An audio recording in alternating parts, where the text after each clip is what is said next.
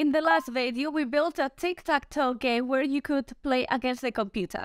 It was fun, but the computer was not very smart and chose random moves. Today, we are going to make the computer much smarter. We'll be teaching it a set of rules and strategies that it can use to make better moves. Think of it like playing a board game with your friend who always beats you. You might watch how they play and try to learn from their moves, right? We are going to do something similar here. We'll be giving the computer some tips and tricks that it can use to try and win the game. So get ready to challenge yourself and see if you can beat the new and improved computer.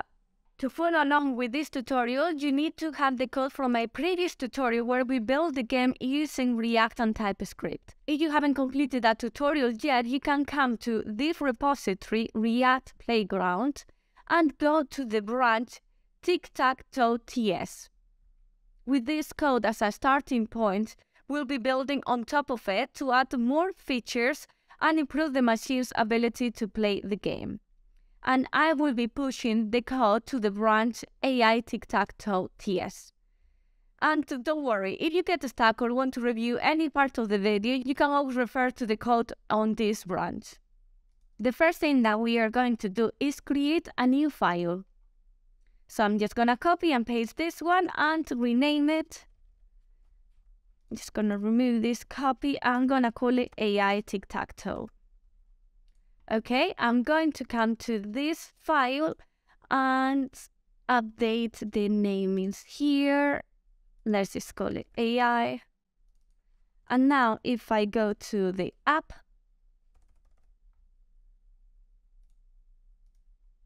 I'm going to import it here. So AI Tic-Tac-Toe. So now I can, and let me just save this. And I need to run the project. So your start left.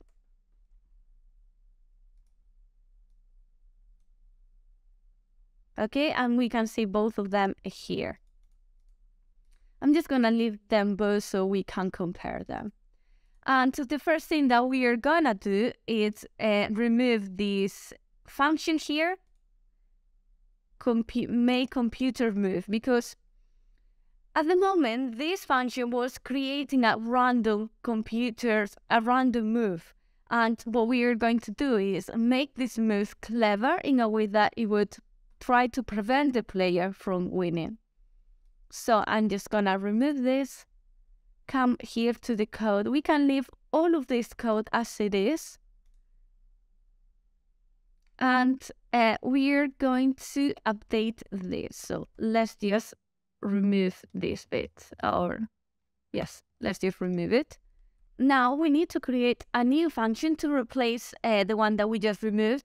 And for that, I'm going to create a new file, util, because this function is going to be quite long, and I don't want to make this AI Tic-Tac-Toe component file really long. So I'm just going to come here and I'm going to create, say, a sport cons, and let's just call it clever get clever moves.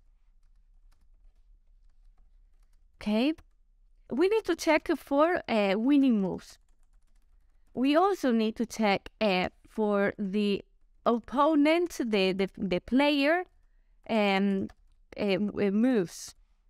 And if that doesn't work, if there are not any clever moves, we want to, for example, if the computer is the first one to play, we want to choose the center cell. If there are not any clever moves at all, we want to add a random move. So these are all the operations that we are going to perform in this function. So the first thing we are going to do is create a variable called clever moves. And this is going to be an array. So this is an array that will hold all of our clever moves, that all the results of these operations. So array, and this is going to be a tuple, number, and this represents the row index and the column index. Cool. So to check for winning moves, what we need to do is iterate over each cell of the board and test whether the machine can win by playing that cell. So board, and we need to pass this word as an argument. This word is what we will get in this in our AI Tic Tac Toe component. And we are going to do it in a similar way of how we did in the last tutorial. So row and row index. And then we also need to map this one, call and call index. So we can go down to the cell. Okay. And here we need to check if the cell on the game board is empty. So if this is null, so row index, call index, so this is null, that is the same as empty, then we want to create a new cloned board, a copy of the board. I'm going to use the map and use the spread operator to create a new array. So with this syntax, we can create a shallow copy of the original array, so that any change made to the new array won't affect the original one. And so, yeah, and then we can fill the empty cell with the computer's move. So cloned board, row index, call index. So this is equal to the player. So we also need to pass the player here. Okay, so if the moves does lead to a win, we need to pass the row and the column index to the clever moves, to this array. And we also need to check if this move makes the computer win the game. So we need this check winner function. So we are going to pass it here as an argument as well. So check winner. And here we can say if check winner, passing the new cloned board.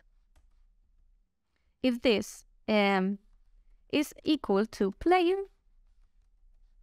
then we want to add, if this moves that leads to a win, then we want to pass the row and the column index to our clever moves array. So row index, so for this, let's use the unshift method and row index, call index.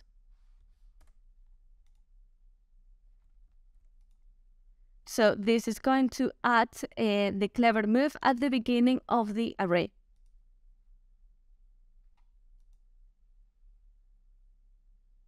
And this array will be used later to choose the best move for the computer's player. Okay, so now if a winning move is found, clever moves dot length bigger than 0, then we want to return the first clever move.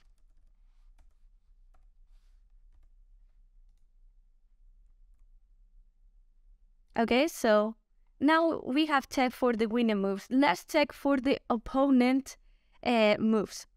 Now, for the opponent moves, we are going to do something similar. We also need to iterate over each cell and test whether the human player can win by playing that cell.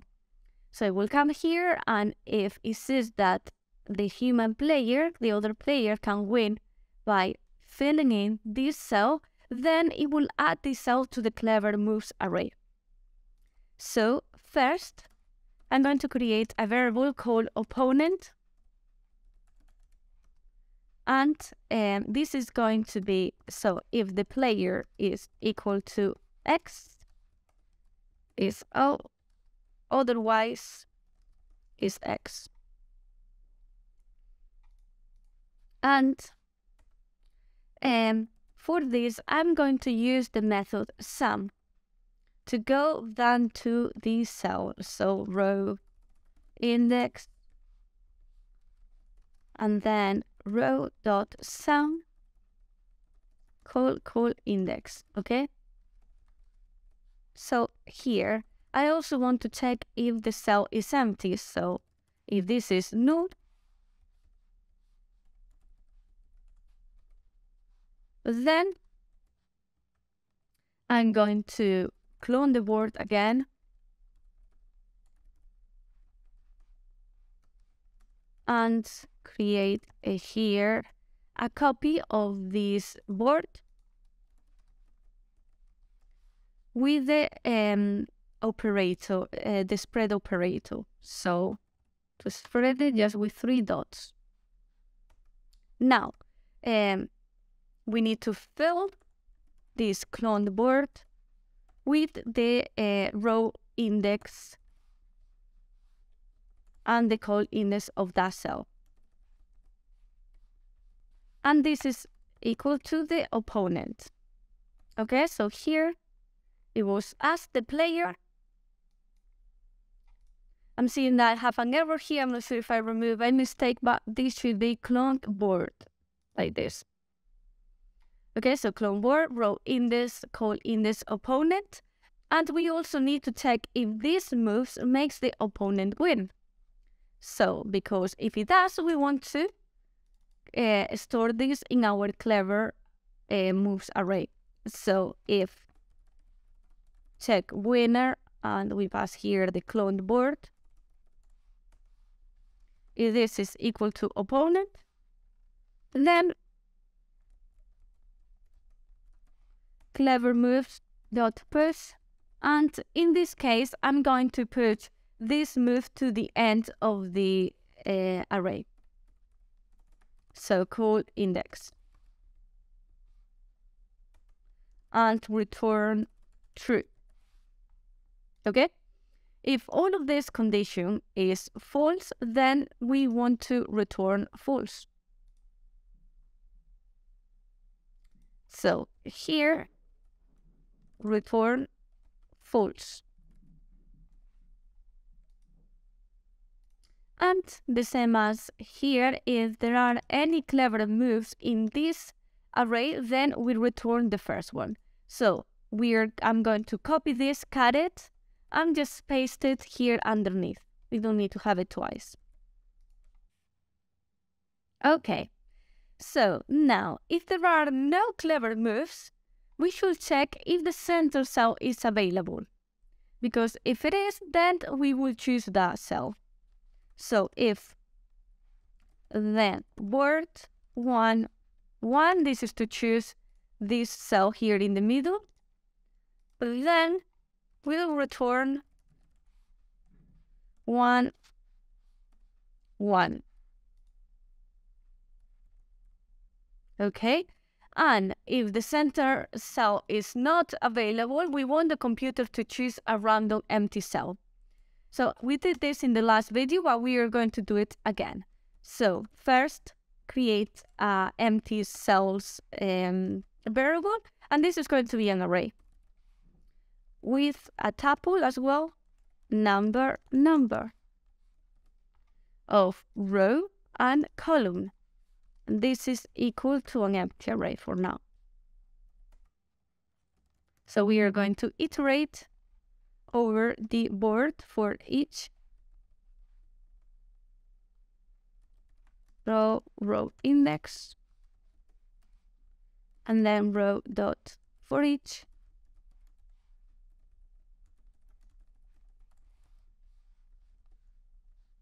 And here we need to keep track of all the cells that are still empty in the board. So for each, to iterate through every row and column of the word. If the value of the cell is empty, so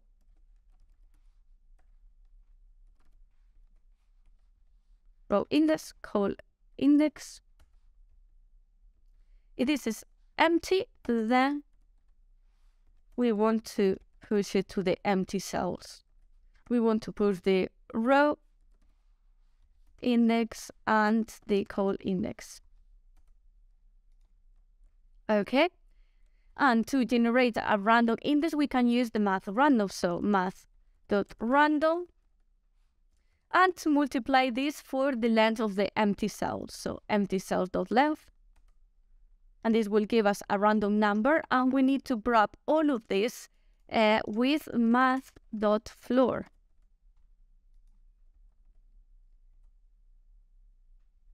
Okay, so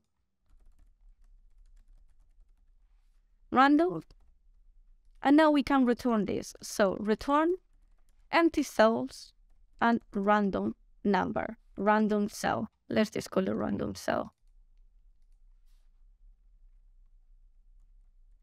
Okay, so we have 4 things going on in this function. The first thing is we check for winning moves, for the computer, okay? Then we check for winning moves of the opponent. So if there are any winning move that the opponent has, the computer will take that into an account. And then if we have any clever moves in our array, we will return the first one. If we don't have any clever moves at all, we want to choose the center cell. If this center cell is not available, then we want to choose a random move, okay? Before continuing, we need to fix these types here that we are not passing. So this function takes 3 arguments, as we can see here, board, that is our arrays of arrays that we define here, array of array that contains a string or null representing if the cell has an X or O, or it is an empty cell. So for board, this is an array of array, and then the value is a string or null.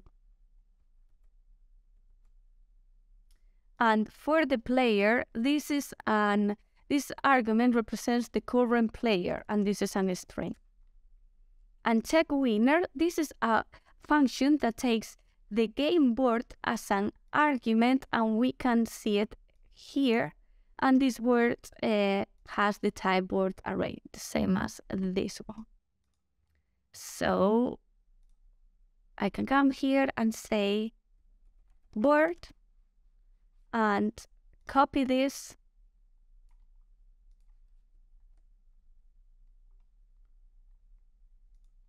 okay, and this returns a string or null,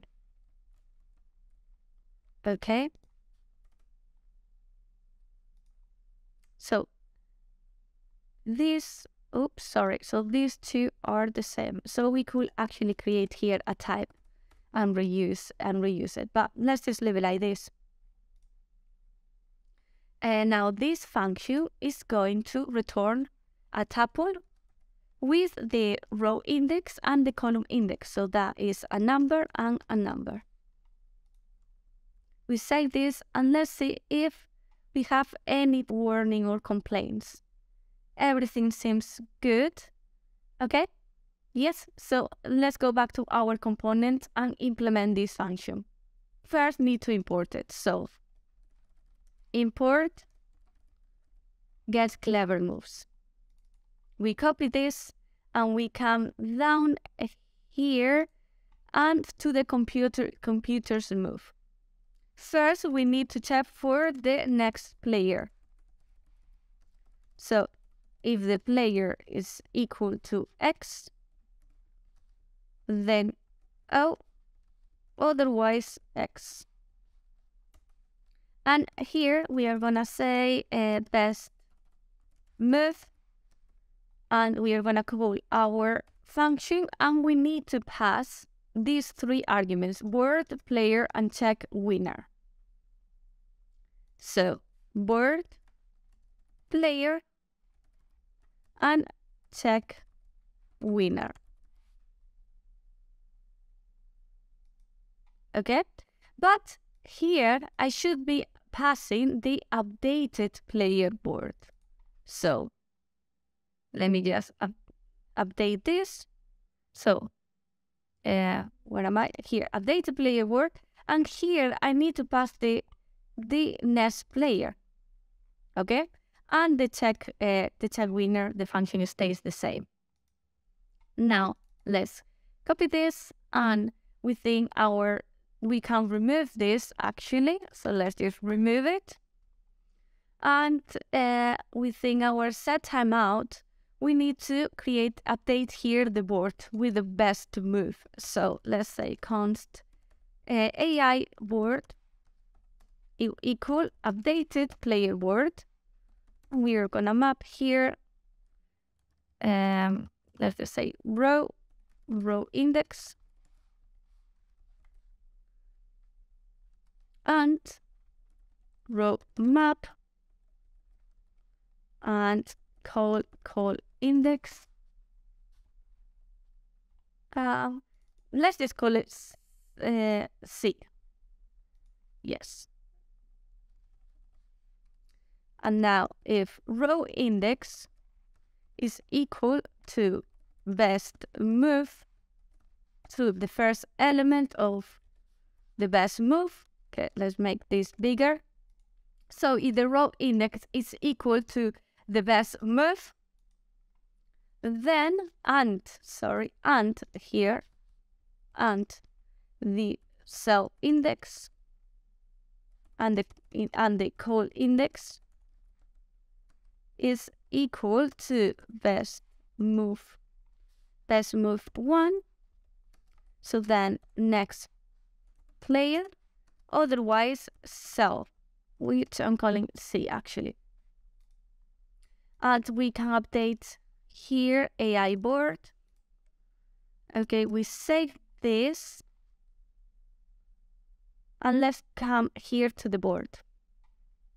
Let's refresh everything. Okay, I think I'm gonna play both of them at the same time and compare. Okay, we can see that, yes, the second one is preventing me from winning already. So now I'm going to play here, and I'm going to play here. Oh, yes, I didn't see that coming. Let's try it again. Okay. Now let's do this. Okay, yes, it's a lot more clever. I'm gonna try to do the same with the previous Tic Tac Toe that we had. So the second one, as you can see, is a lot more clever. It's taking into account my movements. So now if I do this, yes, now it's not as easy to win the machine, right? Now one wins. Okay, so let's just go over it really quickly. We reused the code that we had in the previous tutorial, so all of these status and the messages that we populate here stays the same. The restart game button also stays the same.